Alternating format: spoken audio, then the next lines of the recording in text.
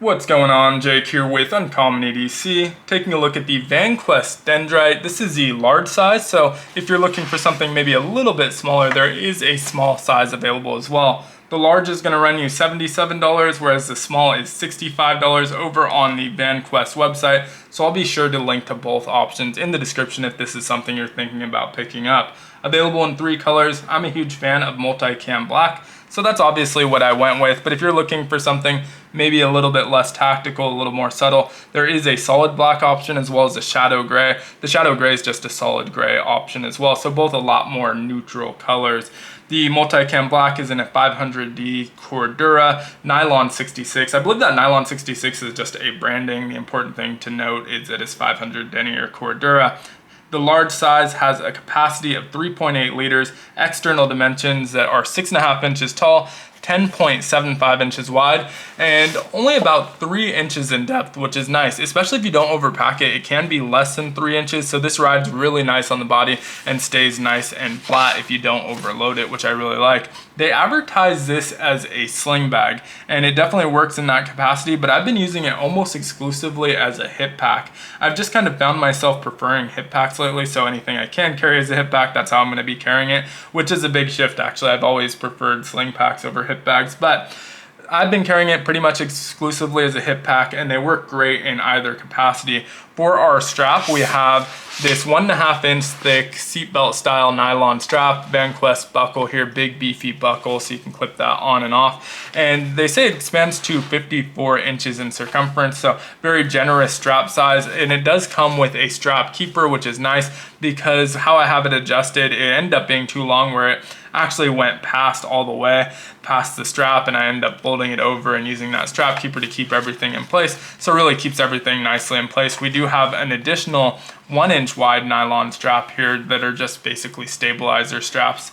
And so this is where the only place you're really starting to see wear and tear on the bag is on the back side where it was rubbing up against my belt. On the front side where it's less likely to rub up against stuff, every once in a while it will brust off, but I really can't see any wear and tear outside of my dog hair, which is everywhere. I tried to get most of that off, but apologize if I missed some there.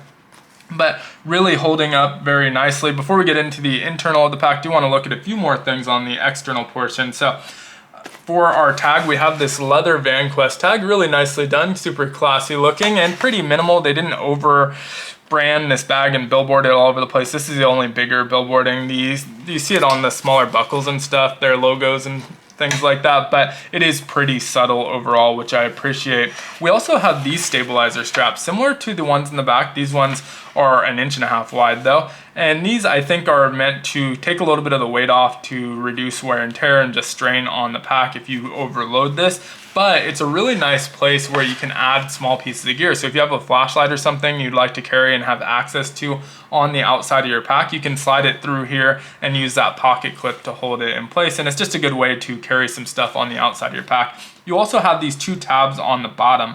I'm not 100% sure what the intentions of these tags are. I could see adding a carabiner or something like that to them so that I can clip my keys to it. I can also see maybe adding it to the outside of another pack. So maybe you want to strap this to your backpack. You use that main strap for part of it, and then you add an additional strap to just kind of lock everything in place to the bottom here. Not 100% sure what the intention was though. May also be able to offer you some other carry options if you want to remove these straps. But again, if you have some ideas more creative than me, let me know in the comments. But for now, I haven't used them for anything at all. So YKK zippers on here, we have 3 different compartments. 2 of them have the original YKK zipper tab, so those do move around a little bit, especially this front one because it's just kind of out in the open. So very minimal amount of jingle. There's no other zipper for it to hit up against, but it does still make a little bit of noise from time to time.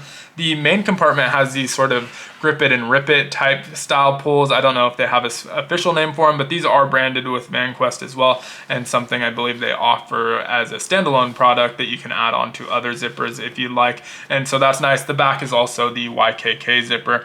One last thing to point out on the zippers before we get inside on this one is that main compartment also has the locking style zippers that you'll see with like luggage and stuff like that. So you can run a lock through there. So anything you want to keep protected, you want to put in that main compartment because the other 2 compartments don't lock. But with that said, let's get inside of this one. So front zipper pocket is 5 1/4 inches tall, 8 inches wide. This is your typical front zipper pocket, but it does expand a little bit more, I'd say, than your typical zipper pocket that goes on the front of them, especially if you don't overload it. There's a lot of capacity. You can put thicker items than you can normally put on a front zipper pocket. This is still really good for flat type items, documents and things like that, and smaller items, but if you do want to put a thicker item, it definitely can accommodate that. Has the 210D high vis ripstop nylon on the interior that we see on so many of their packs. Really great for visibility. There's also this loop here to attach your keychain if you want to keep your keys in here, and those are seen throughout the bag. It does come with a key keeper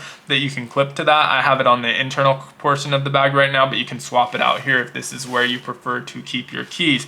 And again, great for just kind of random small items. I'll pull out a couple here. We have some chargers and SD card readers. I think there's some USB flash drives and some like dongles that convert USB-C to USB in here, but just random small items. But again, if you want to put bigger items, the only thing to note is that because it's that front pocket and pretty thin material, it is going to imprint a little bit. So if that doesn't bother you, definitely can put them in there. If that does bother you, maybe put them in the main compartment. But we're going to zip that back up, get into our main compartment. This does zip quite a way, so nearly a full clamshell. Not quite, which is good because then it would just kind of fall open like a book, but it does allow a lot of access to that interior. So I'll open it up, and before I pull that down, you'll see just how far those go. So almost to the entire bottom of the pack, and that allows you to just fold this down like a table. And so if you're wearing this on the front of your hips, it will just kind of fold down like a table. If you don't have anything too heavy, it'll just stay there. If it is too heavy, it might weigh it down and kind of fall a little bit further. So that's a nice thing about those key keepers once again. So we have a loop here as well as a loop here in the back. And the nice thing is that there's a clip on either side. So if you wanted to, you can clip it to both of these loops. So this can act as kind of a true table. You don't have to worry about it falling because that loop's gonna keep it held up. And so I don't usually use the key keepers in my bag, so it's just nice to have a different utility for those. And so I just kind of leave it back there. On this front side, we have that same high-vis ripstop 210D nylon, as well as this kind of clear mesh material. I'm not 100% sure what that is, but it's a little bit translucent so you can see your gear in here. This is basically identical to your front pocket, just on the inside. So same type of items, small items that maybe you don't access as much, so you don't need them on the external portion of your pack, but you also don't want just floating around. I have, I think, just some tissue of chargers, lip balm, I think an Advil in there. Nothing too major in there, so we're not gonna go through that one. Have some gear on these elastic loops. This is really nice, something you don't see as often. A lot of times they'll have these type of pockets and stuff like that, but you don't get as many elastic loops on these hip and sling bags. So really appreciate seeing those in here. It gives you just those extra organization options, and we will measure those out in just a bit here. I'm gonna pull these items out. I'm not gonna talk in depth about any of them, I'll name them off, but obviously about the bag, we have a barrel flashlight. We have the Chavez Chubb out the front utility knife. We also have the SOG power pint for a multi-tool, has a bit driver on there, as well as a dedicated bit driver with some bit storage in the Big Eye Design bit bar 2.